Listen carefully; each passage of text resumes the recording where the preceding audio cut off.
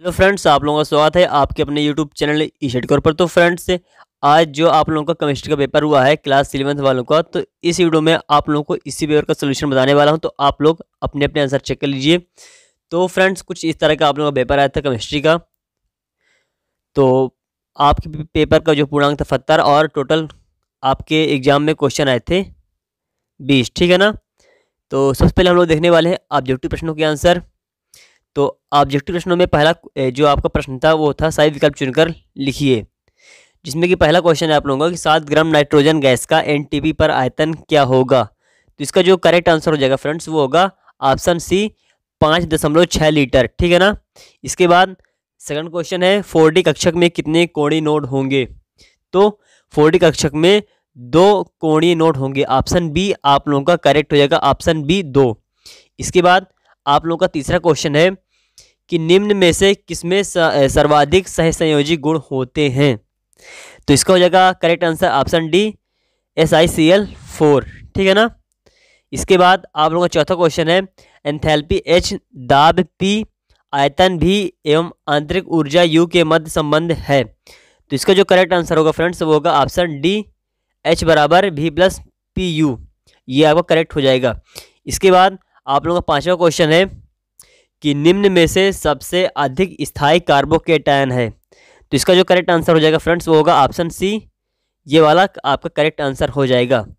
इसके बाद आप लोगों का छठवां क्वेश्चन है कि निम्न यौगिकों में से सर्वाधिक अम्लीय है। तो इसका जो सही आंसर हो जाएगा फ्रेंड्स वो होगा ऑप्शन सी C2H2, ठीक है ना। ये आपका सही उत्तर हो जाएगा। इसके बाद आप लोगों का सेकंड क्वेश्चन है रिक्त स्थान भरिए, जिसमें पहला क्वेश्चन है आप लोगों का कि 0.00300 में सार्थक अंकों की संख्या क्या है, कितनी है। तो इसमें सार्थक अंकों की संख्या दोस्तों 3 होगी, ठीक है ना, 3। इसके बाद आप लोगों का सेकंड क्वेश्चन है समूह 16 के तत्वों को समान रूप से कहते हैं। तो इन्हें कैलकोजन कहते हैं। क्या कहते हैं? कैलकोजन, कैलकोजन कहते हैं, कैलकोजन कहते हैं, ठीक। इसके बाद आप लोगों का थर्ड क्वेश्चन है कि PCl5 के अणु में संकरण पाया जाता है। तो इसमें sp3d संकरण पाया जाता है, sp3d संकरण पाया जाता है। इसके बाद चौथा क्वेश्चन है C3O2 में कार्बन की ऑक्सीकरण संख्या है। तो कार्बन की ऑक्सीकरण संख्या +4/3 होगी। इसके बाद आप लोगों का पांचवा क्वेश्चन है कि एल्कोहल का समावयवी है। तो एल्कोहल का समावयवी ईथर है, ईथर, ठीक है ना, ईथर।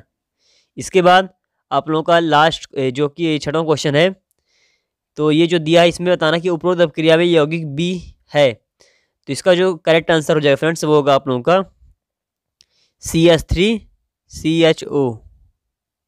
ये आपका इस खाली स्थान में भरा जाएगा CH3CHO। इसके बाद आप लोगों का अगला प्रश्न है थर्ड क्वेश्चन फत लिखिए, ठीक। जिसमें पहला क्वेश्चन है P ब्लॉक के तत्वों को निरूपक तत्व कहते हैं। तो जी हाँ कहते हैं, ये बिल्कुल सत्य है आप लोगों का, ठीक। इसका सेकंड क्वेश्चन है प्रबल अम्ल एवं प्रबल क्षार की उदासीनीकरण ऊष्मा का मान -37 किलो जूल होता है। तो ये हो जाएगा आप लोगों का असत्य, नहीं होता है, ठीक है ना। इसका थर्ड क्वेश्चन है pH मापक्रम की अवधारणा हेंडरसन ने दी थी। तो जी नहीं दी थी, बल्कि सोरेनसन ने दी थी। तो ये भी असत्य हो जाएगा। इसके बाद चौथा क्वेश्चन है डेनियल सेल में आयन प्रवाह को सतत बनाए रखने के लिए हाइड्रोजन सेतु का प्रयोग किया जाता है। तो जी हाँ किया जाता है, ये सत्य है। इसके बाद आप लोगों का लास्ट क्वेश्चन है फत का, लास्ट नहीं दोस्तों, पांचवा क्वेश्चन है CH3Cl में कार्बन परमाणु पर संकरण sp3 होता है। तो जी हाँ होता है, ये सत्य है। इसके बाद आप लोगों का छठवां क्वेश्चन है फत वाले क्वेश्चन में छठवां क्वेश्चन कि 2 से अधिक जुड़ी हुई बेंजीन वलय के यौगिक कैंसर जनी होते हैं। तो ये सत्य है आप लोगों का, ठीक है ना। तो ये हो गए आपके फत वाले क्वेश्चन के आंसर। फिर से रिपीट कर देता हूँ। पहले का हो जाएगा सत्य, दूसरे का असत्य, तीसरे का असत्य, इसके बाद चौथे का हो जाएगा आप लोगों का सत्य, पांचवें का भी हो जाएगा सत्य और छठवें का भी हो जाएगा सत्य। ये हो गया आपके फत वाले क्वेश्चन के आंसर। इसके बाद देखते हैं हम लोग सही जोड़ी बनाइए प्रश्न क्रमांक 4, ठीक। तो इसमें पहला है एकदम सरल सही जोड़ी है एकदम। पहला है मोलारता तो मोलारिता का हो जाएगा ऑप्शन सी से। एंट्रोपी का हो जाएगा आप लोगों का ऑप्शन डी से। थर्ड क्वेश्चन का हो जाएगा आप लोगों का ऑप्शन ए से। साइक्लोप्रोपेन का हो जाएगा आप लोगों का ऑप्शन ई से। और SF6 का हो जाएगा ऑप्शन बी से। ये आपकी सही जोड़ी हो गई, एकदम करेक्ट सही जोड़ी, आप लोग चेक कर लीजिए।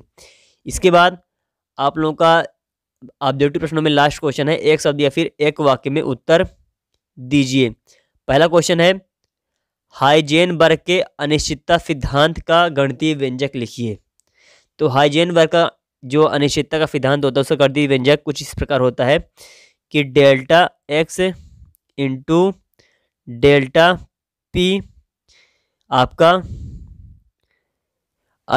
कम या बराबर या थोड़ा अधिक, इसके बाद H/4 होता है। ठीक है ना। ये आपका इसका हाइजेनबर्ग के अनिश्चितता सिद्धांत का गणितीय व्यंजक कुछ इस प्रकार होता है। ठीक। इसके बाद आपका सेकंड क्वेश्चन है, 120 परमाणु क्रमांक वाले तत्व का IUPAC नाम एवं प्रतीक लिखिए। तो इसका हो जाएगा फ्रेंड्स आप लोग का करेक्ट आंसर 120 परमाणु क्रमांक वाले तत्व का IUPAC नाम हो जाएगा अनबिलिनियम। ठीक है ना, अनबिनिलियम।